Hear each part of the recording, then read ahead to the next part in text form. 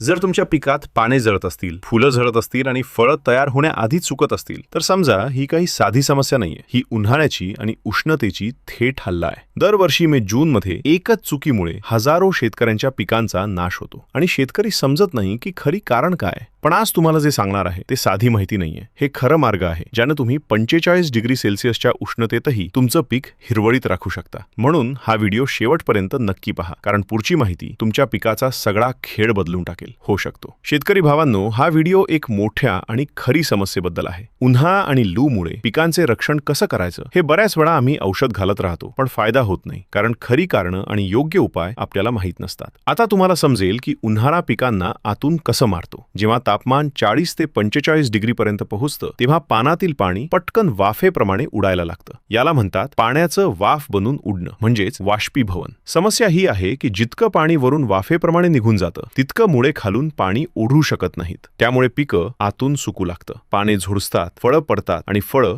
लहान राहतात. आणि जर गरम वारा म्हणजे लू चालली असेल तर हा नाश अजून वेगाने होतो. आता आपण जाणून घेऊया सोपे आणि पक्के उपाय ज्यामुळे तुम्ही तुमची शेती गरमीपासून चांगल्या प्रमाणात वाचवू शकता. पहिला म्हणजे सिंचनाचा योग्य वेळ. हे सगळ्यात महत्त्वाचा नियम आहे. इथे शेतकरी मोठी चूक काय करतो? दुपारी पाणी देतो. हे चुकीचं आहे. दुपारी माती खूप गरम असते. पाणी दिलं की ती अजून जास्त गरम होते, मुळे उकळून जाऊ शकतात आणि सडू शकतात. तर योग्य वेळ काय आहे? पाणी नेहमी संध्याकाळी द्यावं किंवा रात्रीला पाणी द्या. सकाळीपर्यंत माती थंडी होऊन जाते आणि झाडं दिवसभर गरमी सहन करतात. आणि तुमच्याकडे स्प्रिंकलर असेल तर दुपारी 15 ते 20 मिनिटं चालवा. तापमान लगेच 4 ते 5 डिग्री कमी होईल. दुसरं म्हणजे मल्चिंग, म्हणजेच पलवार करणे, शेत झाकून ठेवणे. उन्हाळ्यात मातीची ओलावा लवकर संपते. याचं देशी आणि स्वस्त समाधान आहे पुवाड, म्हणजे परतली वाळलेली पाने, गवत किंवा प्लास्टिक मल्च. याचा फायदा काय? फायदा म्हणजे माती थंडी राहते, पाणी जास्त वेळ टिकतं, मुळे आरामात वाढतात, केंचुए आणि जीवाणू जिवंत राहतात. विशेषतः ही पद्धत ह्या भाज्यांसाठी उपयुक्त आहे. सगळ्यात जास्त फायदा होतो टमाटर, मिरची, टरबूज यांना. आता तिसरं म्हणजे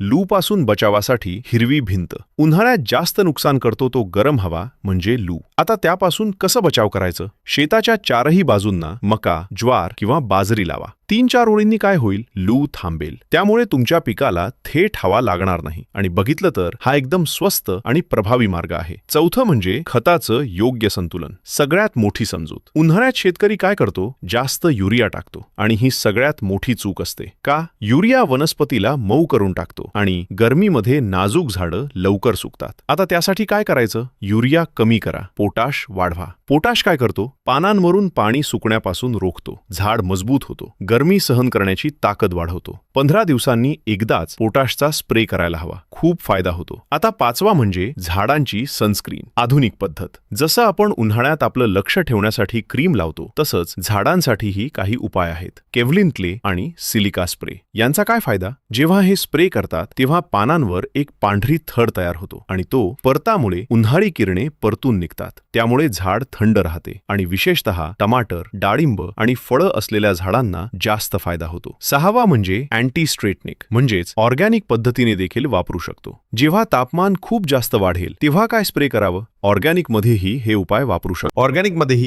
वापरू शकता. जसं गोमूत्राचं पाणी, जीवामृताचं हलकं फवारणं. यामुळे काय होतं? म्हणजे झाडांचं ताण कमी होतो, फुले पडणं थांबतं आणि नवीन वाढ सुरू होते. 7व्या टिप म्हणजे शेत स्वच्छ ठेवा, गवत काढा. उन्हाळ्यात पाणी आधीच कमी मिळतं. जर शेतात घासमुगास किंवा कचरा असेल तर तो पाणी आणि खत चोखल करेल आणि तुमची पिकं कमजोर होतील. त्यामुळे वेळोवेळी निराई करावी लागते, माती हलकी ठेवावी. आणि शेवटी ही सर्वात महत्त्वाची गोष्ट लक्षात ठेवा शेतकरी भावांनो, हवामान आपण बदलू शकत नाही, पण शेतीची पद्धत मात्र बदलू शकतो. तुम्ही हे 7 नियम पाळले म्हणजे योग्य वेळी पाणी देणं, मल्चिंग करणं, हिरवी बाउंड्री ठेवणं, संतुलित खत वापरणं, पोटॅशचा उपयोग करणं, सनस्क्रीन स्प्रे करणं आणि अँटीस्टॉनिक वापरणं, तर तुमची पिकं उन्हाळ्यातही हिरवी भिरवी राहतील. उत्पादन कमी होणार नाही, नफा वाढेल. एक छोटीशी गोष्ट लक्षात ठेवा, शेती आता फक्त मेहनतीचा विषय नाही तर समज आणि विज्ञानाचा विषय आहे. चूक झाली आहे. जेव्हा तुम्ही झाडं नीट समजून घेऊ लागाल तेव्हा झाडं स्वतःच तुला सांगतील मला काय हवंय.